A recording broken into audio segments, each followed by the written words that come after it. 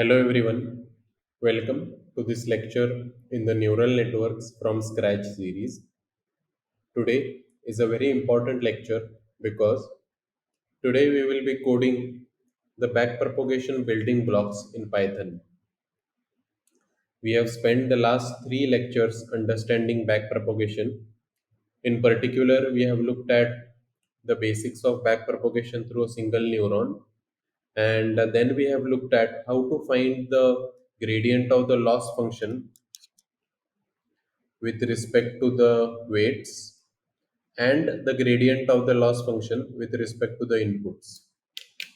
So the previous three lectures were all devoted to finding the gradients of the loss with respect to the weights as well as inputs which are needed in backpropagation. So if you have not been through those lectures, I highly encourage you to go through them. In today's lecture, we will be coding these building blocks in Python. So let's get started with the motivation for today's lecture. Eventually, when we build a huge neural network, it might look something like this. So there will be inputs coming from this end, and then there will be output here, which will ultimately determine the loss function. To minimize the loss function, we'll need to update the weights and the biases. And the best way to do that is to find the gradient of the loss function with respect to all the weights and biases in this neural network. However, not only the weights and biases, we need gradients of the loss with respect to the inputs in each layer as well, because all of these will be needed when we do back propagation.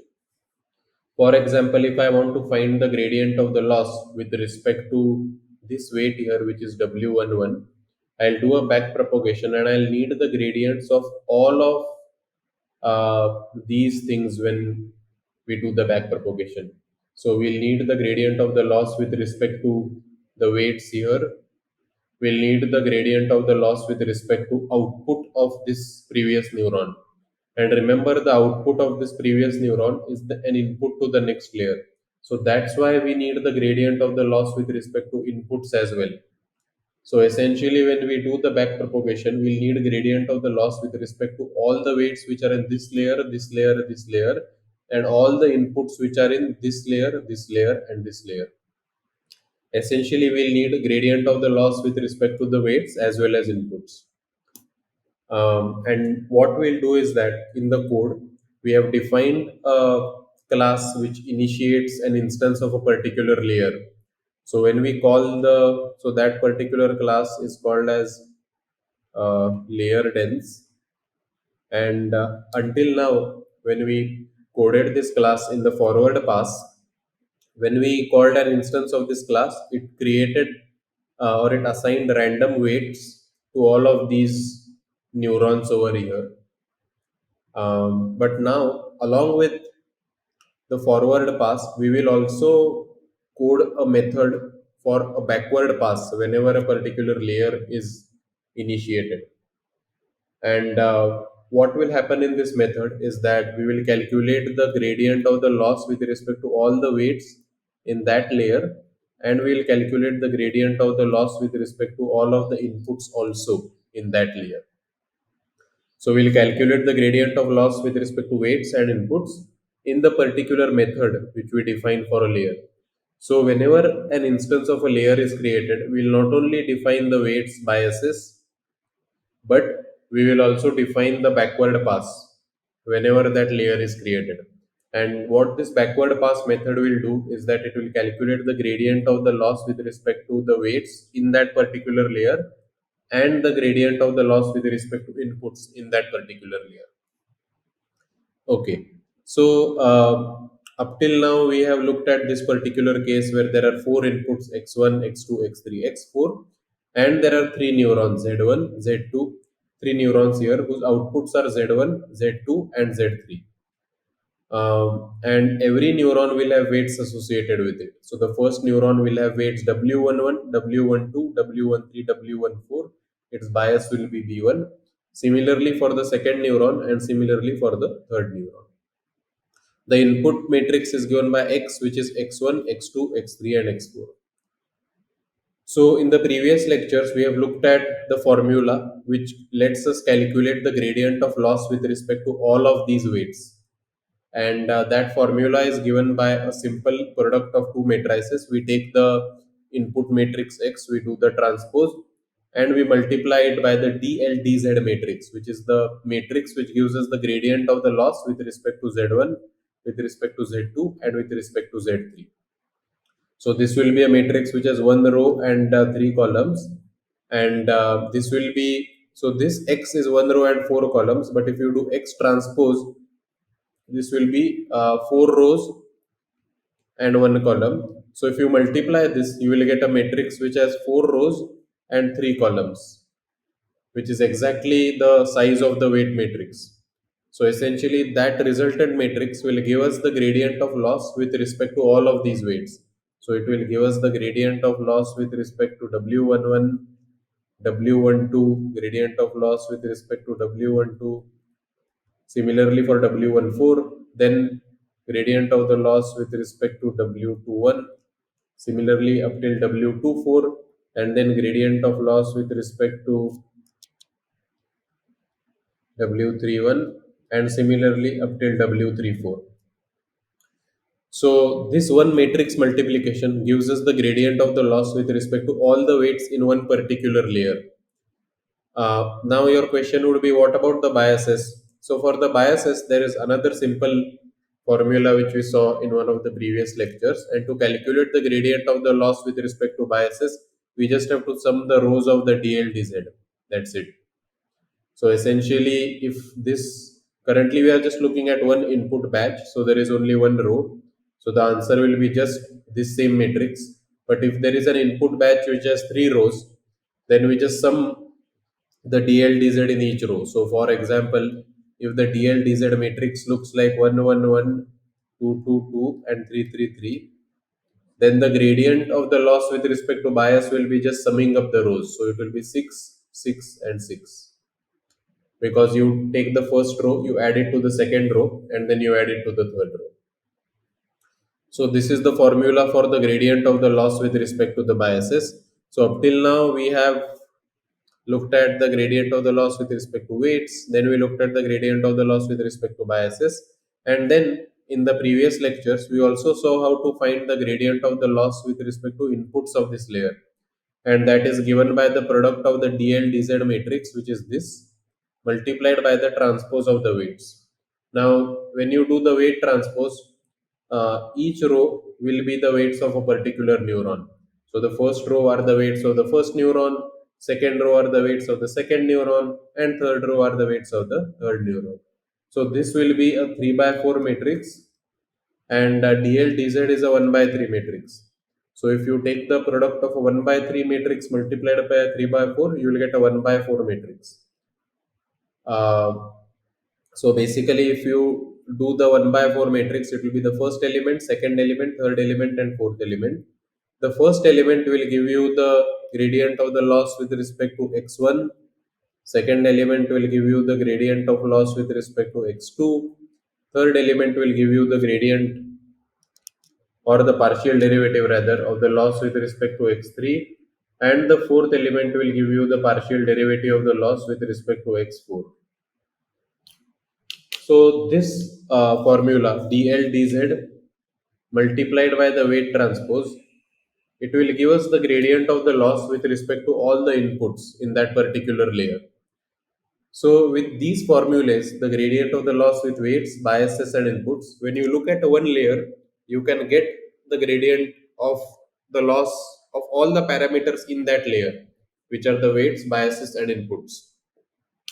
Now all we need to do is add this in the format of a code in Python. So let's go to our Jupyter notebook right now, and let's start looking at the code.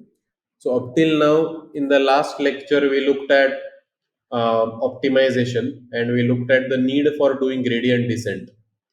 So the title of the last lecture was the need for optimization. So in today's lecture, we will be looking at backpropagation and coding the building blocks of backpropagation. So first we will look at how to write the code for the gradient loss with respect to the weights, which is the multiplication of these two matrices. So I'm going to write the DL-DZ matrix here. So the DL-DZ matrix is 1, 1, 1, 2, 2, 2, 3, 3, 3. So it is what I have written over here: 1, 1, 1, 2, 2, 2, 3, 3, 3. So what this actually means is that the first row corresponds to the first batch of input data.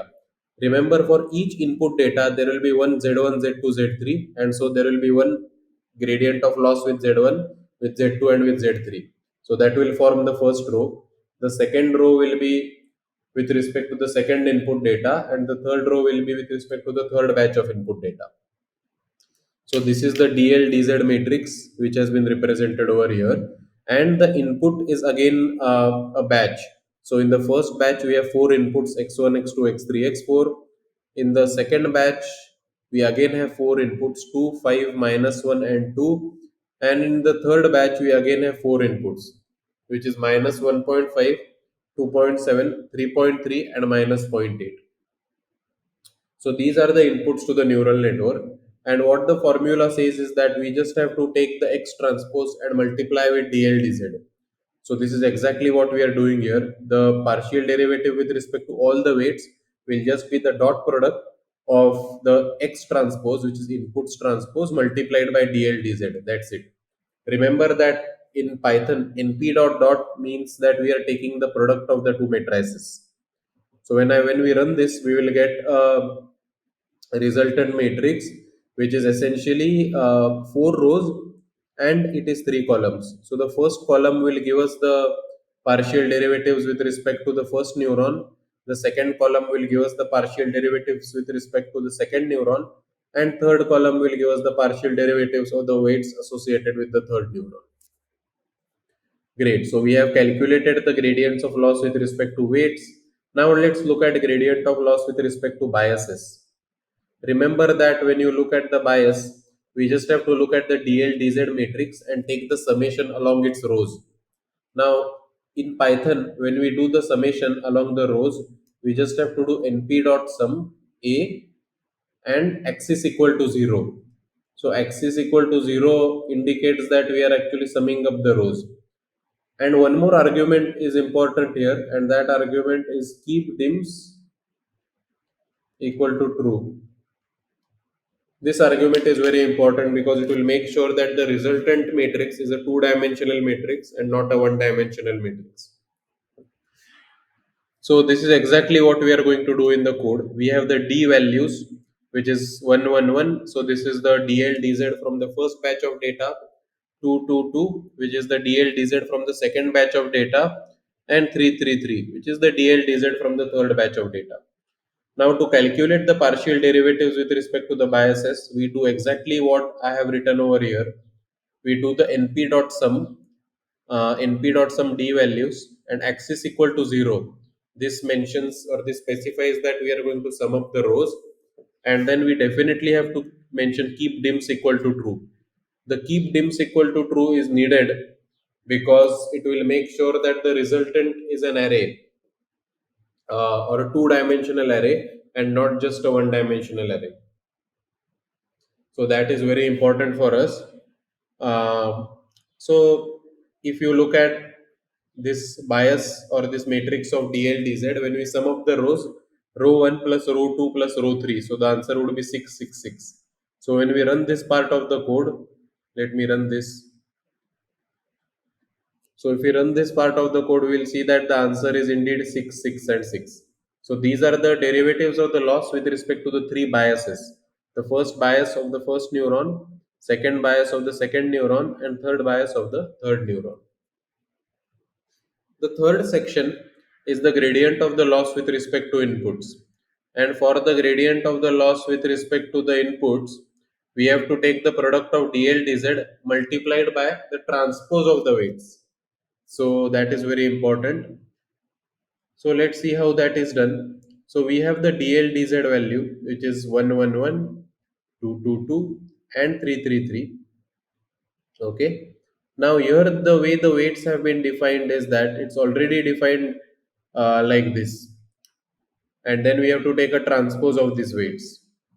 So the partial derivative of the loss with respect to the inputs will be the product of these two matrices, the DL DZ matrix and the weight transpose, as we had seen over here. So this is exactly what is done in this part of the code. We take the product of the DL DZ and the weights transpose. So when I run this, let me run this piece of code. So when I run this, I get an array which essentially has three rows and it has four columns. So the first row will, or rather the first column will correspond to the partial derivatives. So let me look at rows. So the first row, if you look at it, it corresponds to the partial derivatives of the inputs with the first batch. The second row corresponds to the partial derivative of the loss with respect to the four inputs of the second batch. And the third row corresponds to the partial derivative of the loss with respect to the four inputs of the third batch. So that's how the dimensions of the matrix make sense. So basically we have now the formulas to find the gradient of the loss with respect to weights, with respect to biases and also with respect to the inputs. So when you look at a layer now, we have all the equipment which is necessary to add the backward method when we initiate the layer class. And in this backward method, we will essentially calculate the gradient of the loss with respect to the inputs, the weights, and the biases of that layer. So let's look at how to do that. So now we will be adding the backward method in the dense layer class. So if you look at the dense layer class, we have coded it above. Let me just take you to that particular piece of code so that it will also be a revision for us. Okay, here. So this is our dense layer class. If you look at it, the dense layer class has two methods. It has the by default init method, which is called when the layer is, or when an instance of this class is created. And what this does is that it initiates the weights randomly and it initiates the biases also randomly. So we first, when a layer class is called, it initializes the weights and biases of that layer to random values, and then we'll be doing a forward pass. What's happening essentially in this forward pass is that we are taking a dot product of the inputs and the weights and then adding the biases. Now, along with these two methods in the layer dense class, we are going to add one more method, which is the backward, which will be denoted as backward. So it will essentially implement back propagation. So let's see how to do that. Okay, so this is how the backward method will be defined. It will take one input or one argument which is d values, which is dldz, which has been essentially passed on from the next layer. Remember that when we take the partial derivatives with respect to one layer, let's say we want to take the partial derivatives of the loss with respect to this layer, we first need as an input to this layer what is the partial derivatives of the loss with respect to z1, z2 and z3, which means that when we reach this layer, what has been the accumulation of gradients up till that point, that information is needed. And based on that information, then we will find the partial derivatives with respect to all the weights and biases over here. So that information is actually coded in this matrix, dldz matrix, dldz. So when we define this backward method, we will take as an argument the d values, which is the partial derivative of the loss with respect to essentially z1, z2 and z3. Now, as I told you, we'll be doing three things. We'll find the gradient with respect to the weights, which is the dot product of the x transpose times dl dz. Then we'll find the gradient of loss with respect to biases, which is just taking the summation of rows of the dl dz matrix. And then we will be taking the gradient with respect to inputs, which is the dot product of the dl dz and weight transpose. That's it.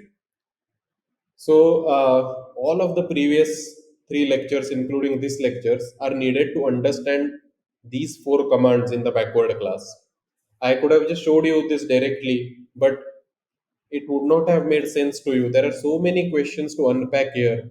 Why do we do the dot product of the input transpose and d values? What are these d values? Why do we need dl dz? What is back propagation?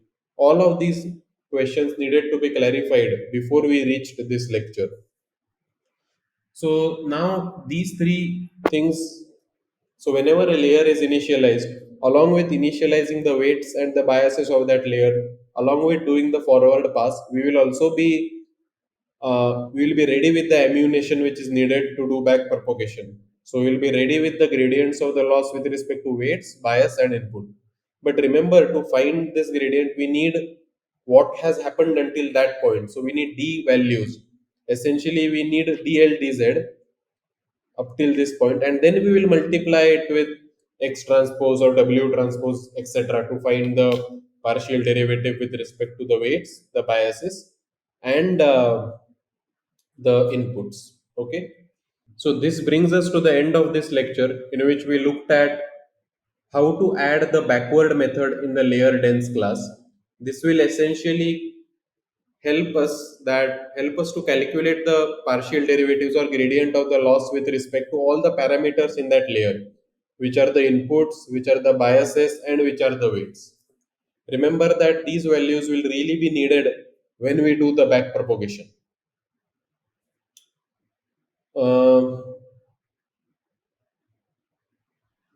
Okay, so now we have reached a stage where whenever a layer is provided to you, you will know how to find the partial derivatives of loss with respect to all the parameters in that layer, and you would have understood it theoretically as well as through code in Python.